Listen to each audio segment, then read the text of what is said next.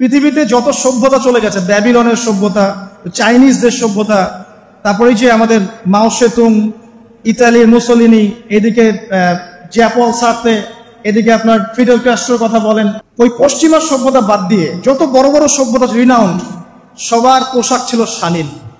আমি চ্যালেঞ্জ করলাম, খুঁজে দেখেন চাইনিজদের পোশাক দেখেন, আগেকার পোশাক, 1000 বছর আগের পোশাক, শালীন পোশাক। তারা কিন্তু মুসলিম ছিলেন না।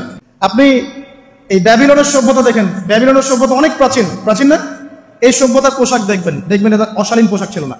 এমনকি আইয়ামে জাহিলিয়াত যেটা আমরা বলি, নবী সাল্লাল্লাহু আলাইহি ওয়াসাল্লাম যখন জন্ম নেননি তার আগের সময় কথা, ওই সময়ে যে মানুষ জেনা করতো, মেয়েকে যে কন্যা সন্তানকে জীবিত দাফন করতো, তারপরেও ওদের পোশাক শালীন ছিল।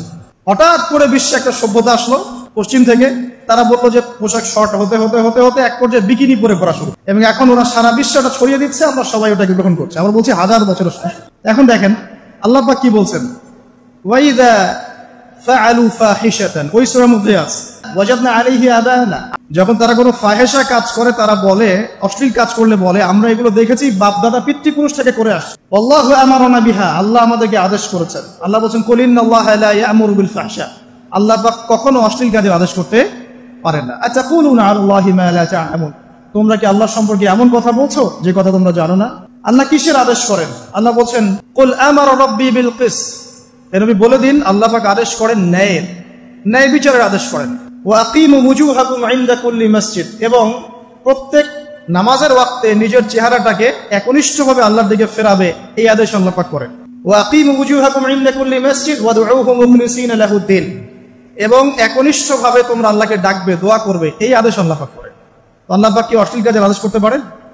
ইতিহাস পড়ে দেখেন, আমি নিজে হিস্ট্রির ছাত্র, আপনি পড়ে দেখবেন, পুরো ঐতিহাসিক পটভূমি পড়ে দেখবেন, মানুষ এই ঊনবিংশ শতাব্দী আসার আগে এত অশ্লীল ছিল না। এখনকার বিশ্বে যত সমস্যা চলছে, কয়েকটা বলি, রিবা বা সুদ, জেনা বা উন্মুক্ত যৌনাচার, তারপরে বেপরদামি অশ্লীলতা, 4 নাম্বার আপনার মাদক, ঠিক আছে, 5 যে বড় মহামারী পর্নোগ্রাফি, যত বড় বড় মেজর সমস্যাগুলো চলছে, যেগুলো ইয়াং জেনারেশনকে ধ্বংস করে দিচ্ছে, এগুলোর ম্যাক্সিমাম এসেছে কিন্তু পশ্চিম থেকে। খেয়াল করে দেখবেন, এগুলো কিন্তু বাংলাদেশ থেকে আসে নাই, আসছে ভারত থেকে আসছে, পাকিস্তান থেকে আসছে, সাবকন্টিনেন্ট থেকে আসে নাই, এগুলো দেখবেন একটা নির্দিষ্ট জায়গা থেকে আসছে। তো এই কারণে আমাদের সতর্ক দৃষ্টি রাখতে হবে যে বস্তুবাদী উন্নয়ন সবকিছু নয়। হ্যাঁ, আমরা জিডিপি বাড়ালাম, ইন্ডাস্ট্রিজ গড়লাম, মঙ্গলে চলে গেলাম, চাঁদে গেলাম, ওকে ফাইন, এগুলোর কেউ বিরোধিতা করবে না, এটা ভালো, ন্যাশনকে এগিয়ে নিতে হবে, এটাই এডুকেট তারও নয়, এবং এডুকেটেই করতে হবে। কিন্তু নৈতিকতার বিসর্জন দিয়ে ধর্ম থেকে দূরে চলে এসে নাস্তিকতায় বিশ্বাসী হয়ে আল্লাহকে বাদ দিয়ে, রাসূলকে বাদ দিয়ে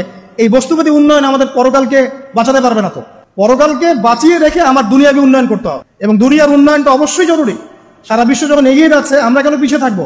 আমি তো এটাও বলি যে এটা অনেক মাদ্রাসার লাইনে যারা আছেন তারা আমার সাথে একটু বিরোধিতা করেন এই বিষয়ে। সিলেবাসের মধ্যে পরিবর্তন নিয়ে আসার চেষ্টা করতে হবে। শুধুমাত্র এককেন্দ্রিক শিক্ষায় কেন শিক্ষিত হব? এই যুগে চলার জন্য যে উপকারী জ্ঞানগুলো দরকার সেগুলো শিখতে হবে আমাদেরকে। আমাদের আইসিটির জ্ঞানের দরকার আছে, আমাদের ইংরেজির জ্ঞানের দরকার আছে, ম্যাথামেটিক্স দরকার আছে, সায়েন্সের দরকার আছে, আমাদের তথ্য প্রযুক্তি জানতে হবে, অর্থনীতির জ্ঞানের দরকার আছে, পলিটিক্যাল সায়েন্সের দরকার আছে, জিও পলিটিক্স দরকার আছে। এগুলো বাদ দিয়ে শুধু যদি আমি মুখস্থ করে যাই, এই জ্ঞানটা আমার কি কাজে দিবে আমাকে বলে? এই কথাটা অনেকে নেগেটিভলি নেয়, কিন্তু আমি আসলে তাদের ব্যাপারে তাদের সাথে তর্ক করতে চাই না। আমি আমার কনসেপ্ট লালন করি, আমি এতটুকুই বলছি। এবং যারা শিক্ষিত মহল আছেন, বুদ্ধিজীবী মহল আছেন, যারা দেশ সম্পর্কে ভাবেন, যাদের নিয়ে ভাবেন, উম্মা নিয়ে ভাবেন, তারা কিন্তু আমার সাথে একমত হবে ইনশাআল্লাহ যে আমরা কিন্তু এই জায়গাটাতে পিছিয়ে পড়তেছি। আল্লাহ পাক আমাদেরকে কনস্ট্রাকটিভ সিলেবাসে পড়াশোনা করার তৌফিক দান করুন, এবং জেনারেল লাইন থেকে আপনি বয়কট করে একদম ইয়াতে চলে আসতেছেন কেন? জেনারেল লাইনে পড়ছেন, পড়েন, আপনার এই জ্ঞানটাকে আপনি ইসলামের কল্যাণে কাজে লাগাতে পারবেন না?